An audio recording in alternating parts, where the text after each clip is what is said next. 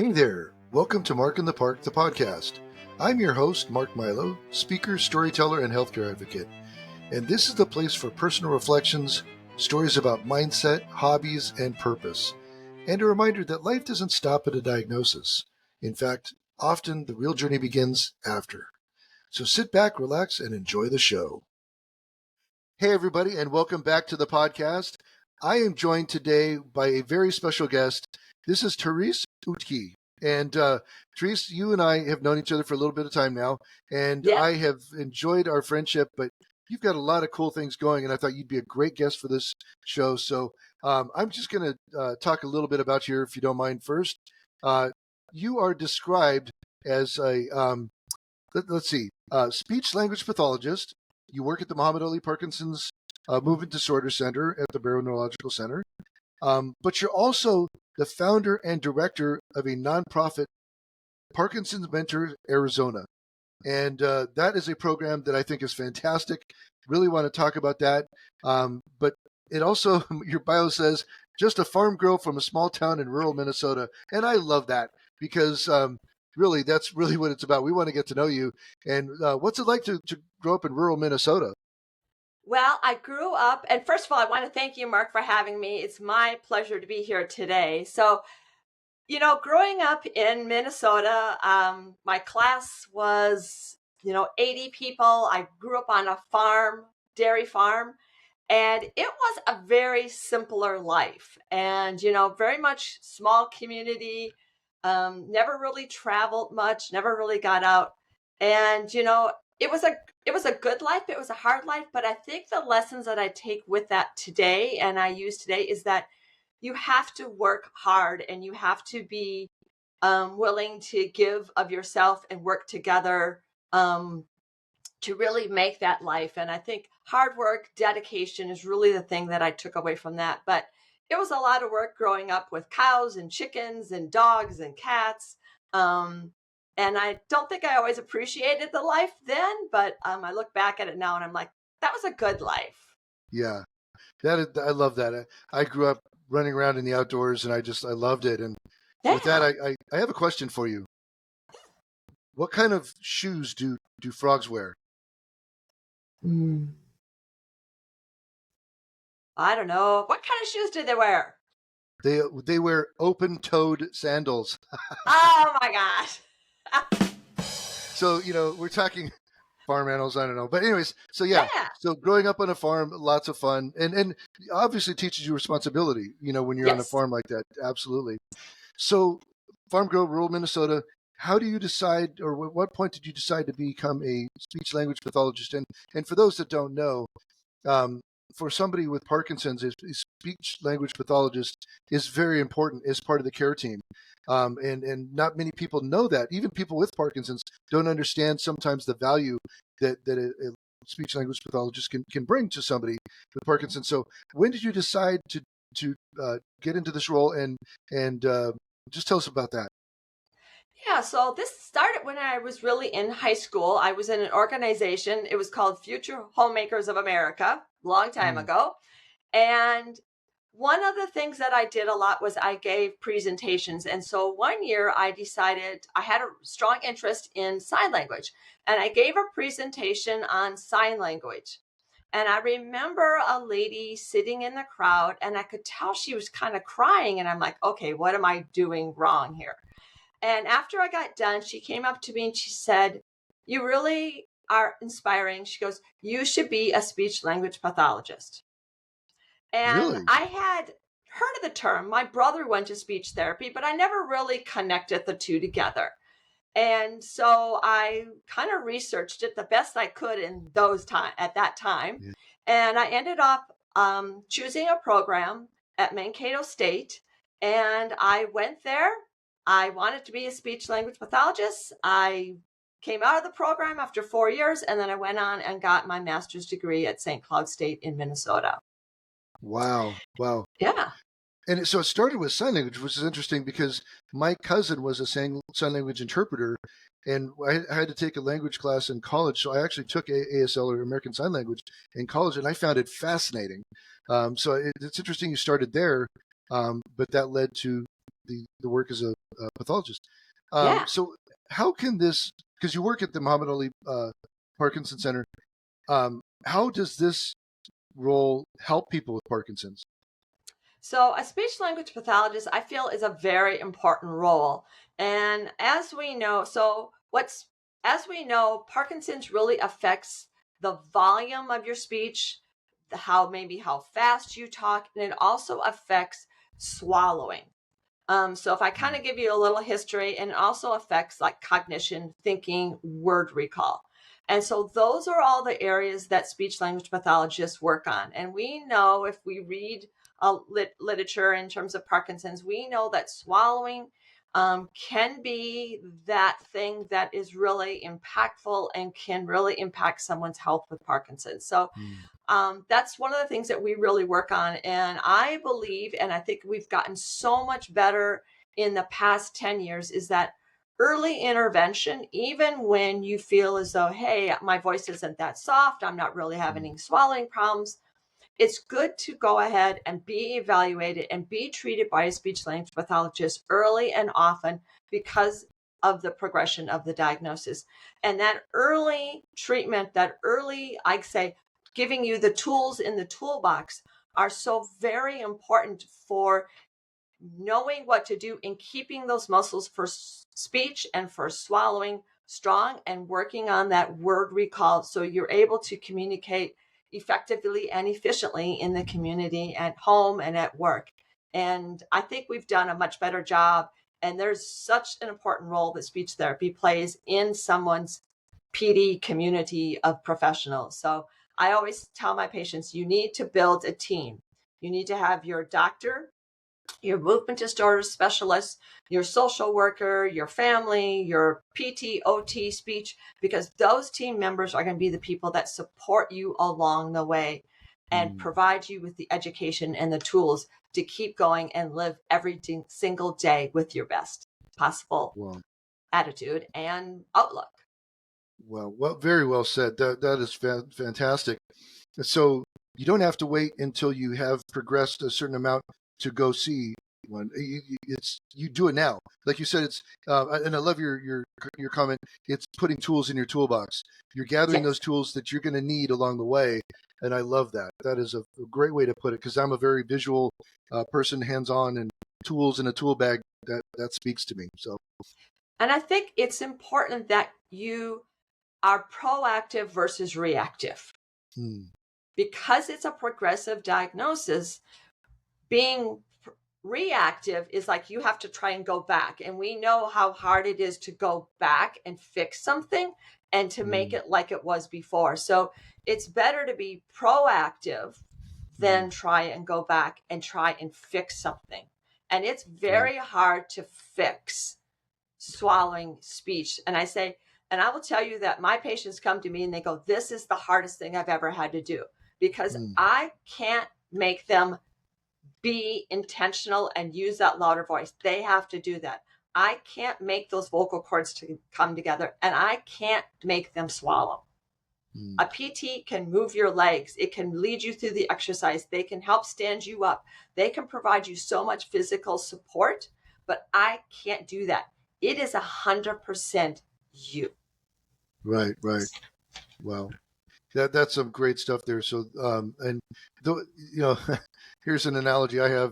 So, when I'm driving my car and the check engine light comes on, if I check it right away, it might be a nominal repair. If I let it keep going, then the repair bill down the line's way like 4 or 5 times more, because you have way more damage. So get it while it's new, get it while you're along the way, and you keep it in check, if that makes sense. So. Absolutely. I totally agree. Awesome. Okay, so you're living your best life doing this great work at the Muhammad Ali Parkinson Center, Neurological Center, which, by the way, is a fantastic facility. Thank you. What popped into your head to say, hey, I'm going to start a nonprofit? I mean, you started this organization, Parkinson Mentors Arizona, and I think this is a amazing organization that you've created. Now, I will also say this is not exclusive. You're not the only mentor program out there, but but there certainly was nothing like this in Maricopa.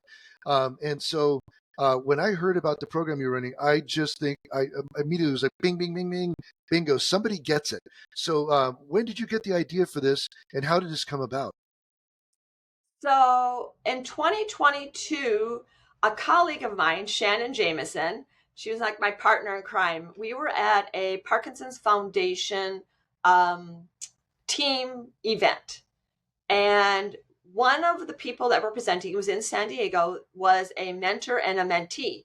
And we've always known that people with Parkinson's do better when they have support and do better with a mentor.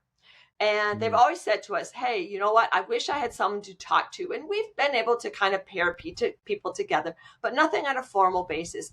And when we're sitting there, I lean over to Shannon, and I think Shannon will never sit by me ever again in a conference. And I said, we need this in Phoenix. And she's like, yep.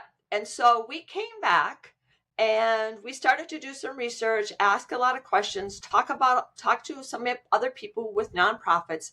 And everybody kept saying to us, go to Ability 360. Check out, they have a mentor program. And so eventually we met with Polly Queen at Ability 360, and we talked to them about their mentor program. So if someone doesn't know what Ability 360 is, it is a center for independent living. They provide support and guidance to people with disabilities. They are a federally funded program that are advocates for people with disabilities. So like the ramps that you have for wheelchairs to get up on a sidewalk, buses with lifts, all of that stuff comes out of the advocacy that the Centers for Independent Living do. And so they're the ones that are advocating for those improvements, stops with, that are handicap accessible, doors that you open and, without having to open them, automatic door openers, all that stuff comes out of there. And so we met with them and they said, yep, we'd love it. We'd love to partner with you guys. And so what Parkinson Mentors Arizona, or PMAZ, what we do is we bring the mentors and the mentees to Ability 360. And then we use their program to pair people up and help support them along with the support that Parkinson Mentors does. And so we have to kind of follow their guidelines, which is great. But what happens is Polly is a social worker and she has a team of social workers. And what they do is they also then support the mentors and the mentees, because we understand that a person with Parkinson's is managing themselves, they're advocating for themselves, plus they're trying to give back to the community. So, and there are only so much they can do and so many issues that they can help with. Our mentors provide support and guidance based on their personal experience. And so a mentor or a mentee might be in a crisis or in a situation where a mentor is not equipped to handle that. That is where Polly and her team step in and go, we got it, we'll take care of this. And I'm not equipped to deal with it either. And so Polly and her team, so the mentors and the mentees have this other support system besides the mentor-mentee relationship. They're also supported by Polly's team. Right. And I will tell you that Ability 360 is truly an amazing organization. Absolutely. I work for the county health department, and we actually use them as consultants for accessibility, for to make sure that things are appropriate and accessible to all different folks in the county. They are a wonderful organization. I've been to their facility. It's amazing. And Polly herself is a bundle of energy, like a miniature sun ready to burst. And she is truly amazing. So that's a great partnership that you've got with her. That's a fantastic thing. Yeah. How's this program going? I mean, you're a little bit into the fray here. How's it going? What's going on with the program? It's going great. So April of 2024, we trained our first group of, I believe, 13 mentors, and then we've trained 4 more after that.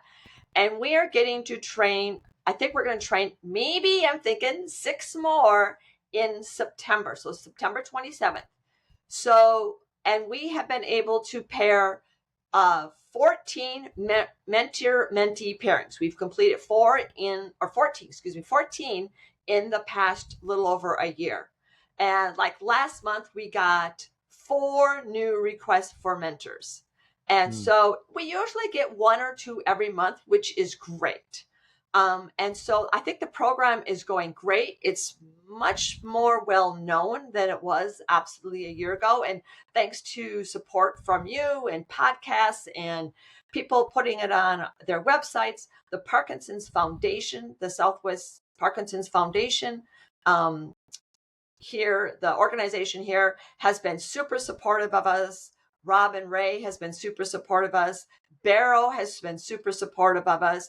Other movement disorder specialists throughout the community here are aware of us and have referred people to us. So it's getting that word out. And I want to also say one of the things we do other than just go ahead and provide mentorship is if you go to our website, pmaz.net, you are going to find a list of resources, Parkinson-specific resources that are here in Maricopa County.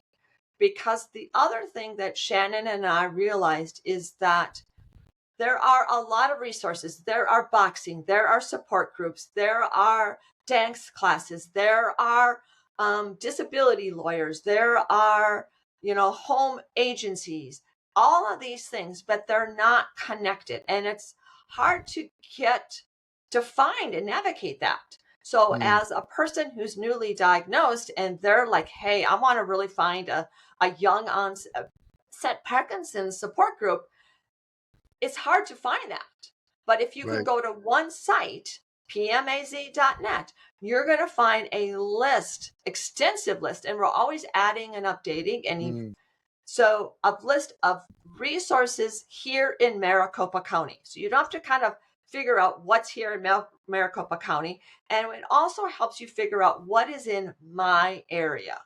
So what is in North Phoenix? What is in Fountain Hills? What is in the East Valley? What's in the West Valley? What's up in Surprise?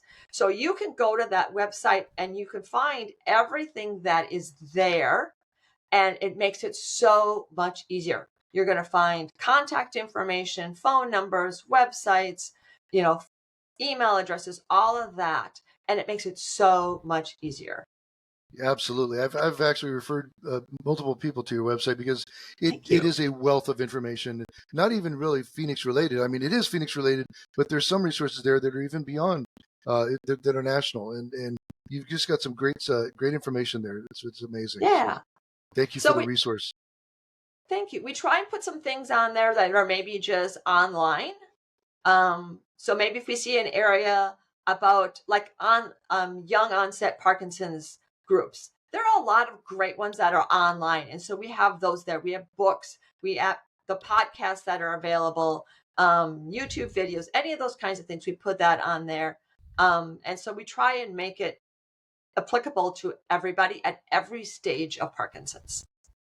So who comes and says, hey, I need a mentor? What are these people that are newly diagnosed, or are these people that have had Parkinson's for a while?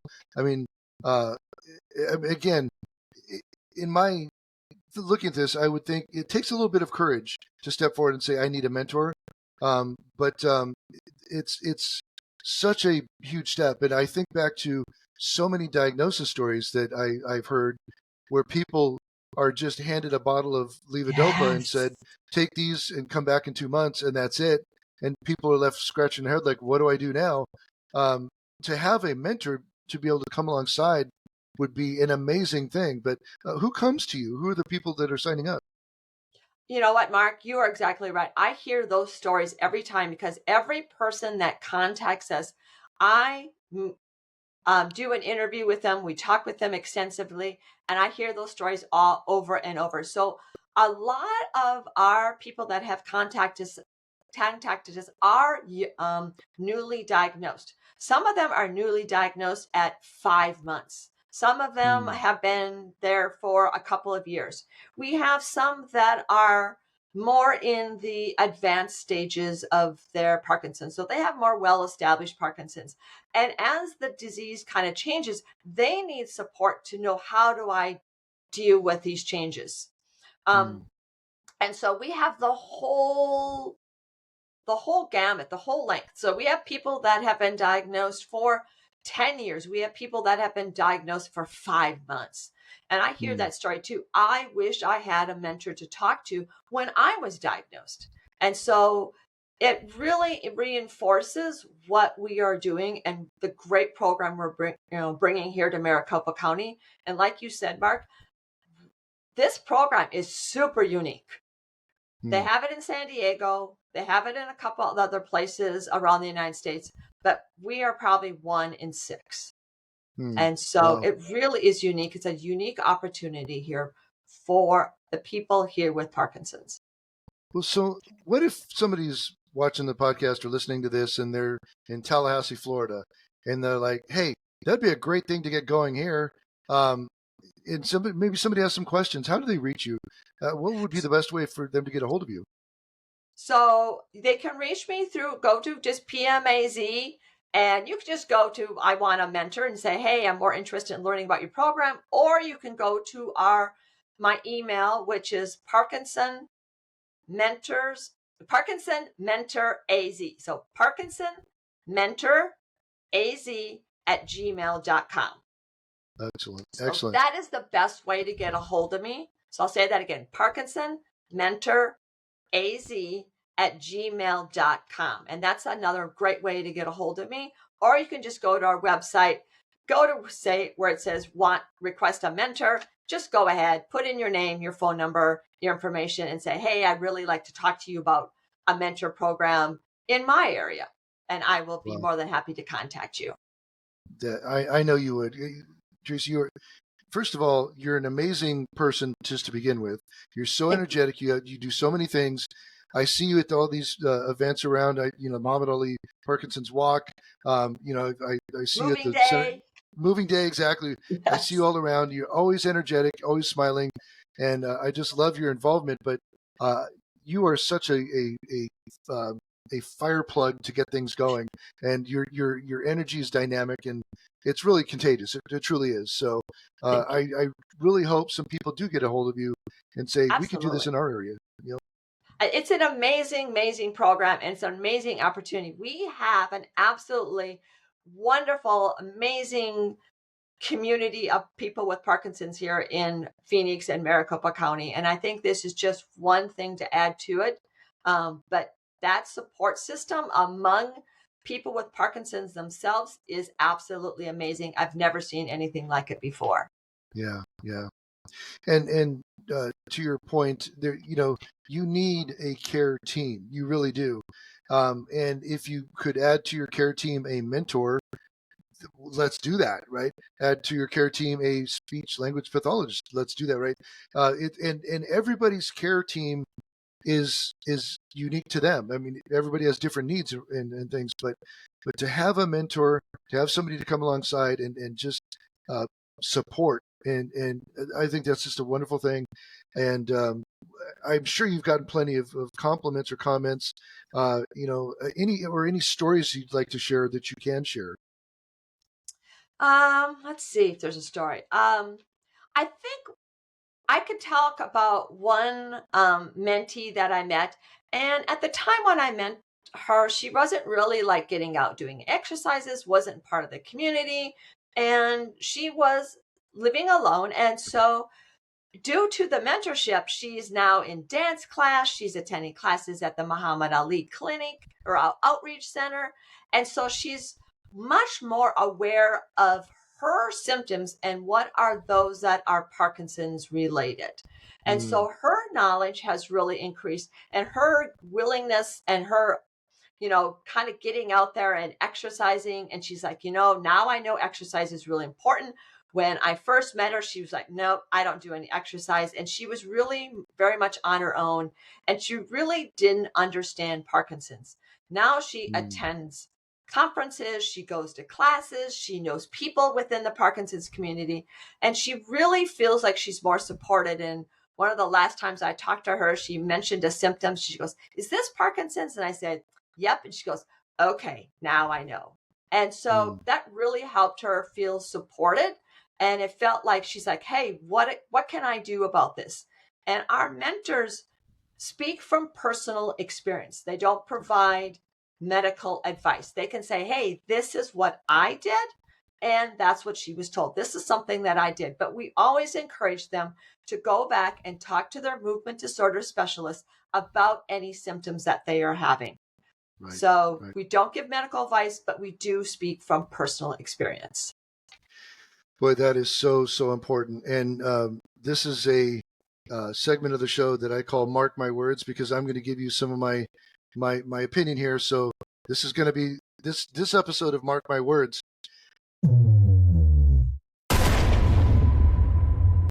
So the Parkinson's life is not meant to be lived alone. It's truly not. I oftentimes hear people with Parkinson's talk about like the 3 essential things for people with Parkinson's: diet, exercise, and rest. Okay. But I had my friend make me a graphic that I posted on social media, and there's 4 corners to this graphic. It's diet, exercise, rest, and community. Yes. And community is so important for somebody with Parkinson's. It's not something that you want to shut yourself in your house and just like live your life. It's important to get out, and Parkinson's oftentimes wants to pull us back in. You because of a tremor, we might be hesitant to go outside because we don't want to be looked at, or sometimes it's difficult to get up and get going because of dystonia or whatever.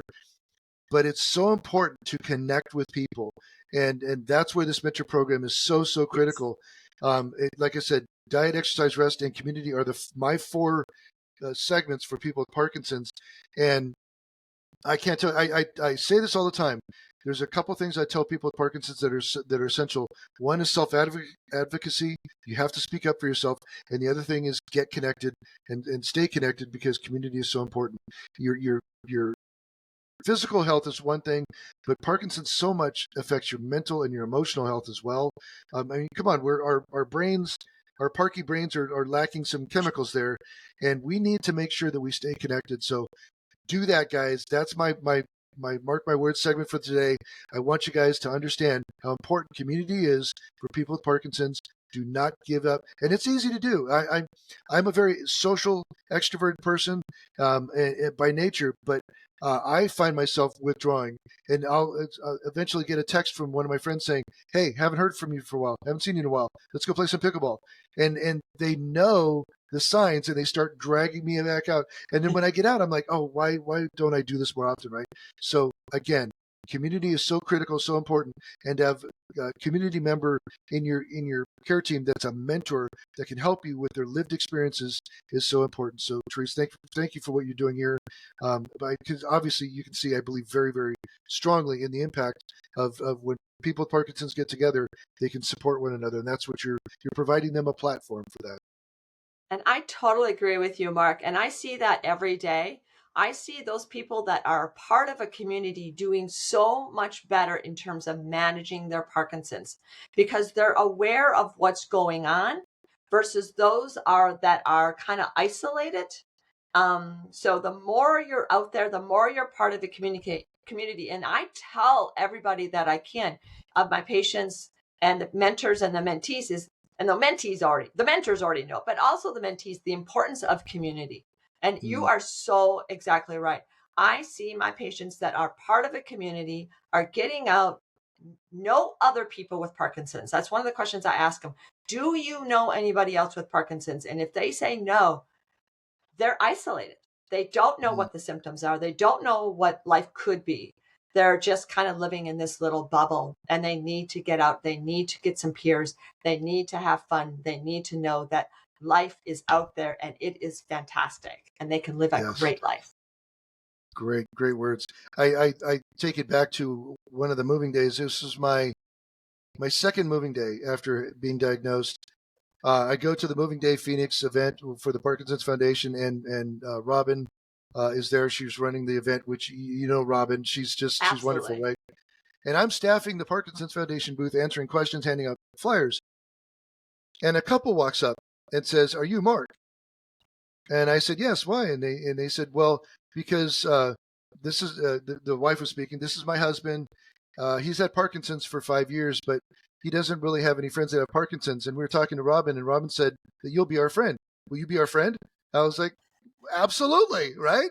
And so, and of course, it's just like Robin to say, go see Mark. He's going to be your friend, right? And which I didn't even bat an eye. I'm like, absolutely. So right there on the spot, we made plans to go hiking the next weekend. This is a time of year in Phoenix when you know, it's cool enough to go hiking, and we made plans to go hiking the next weekend. Met them, and we did a hike together, like a 2-hour hike, and just spent some time together. But this gentleman had Parkinson's for 5 years. Wow. Had not told many people, only Yes. some immediate family, and really didn't have any friends with Parkinson's. And so I felt truly honored to become his friend. And you know as well as I do, that becomes a mentor-mentee relationship without the Yes. titles. It just becomes a matter of, you know, hey, what are you doing with your medication? You know, and come to find out, he wasn't even on a regular medication schedule. So just a lot of things that he could learn from the situation. So I think back to that and I think, wow, that's amazing. But again, going back to Robin, Mark will be your friend. Absolutely, let's do this. Right? So That is Robin. And you know, yeah, I think, Mark, you are so personable and so out there and so honest and such a strong advocate. People are very much drawn to you because of who you are. And I know that you fight the Parkinson demon every single day, and you get up every day and you're an advocate and you do the very best you can. And I think that is such an amazing quality and such an inspiration to me and to those in the Parkinson's community, because we need to see those types of people, because you inspire people, thousands and thousands of people that you don't even know, just by being you and by doing what you do every day. Your inspiration, and I know this, is across the world.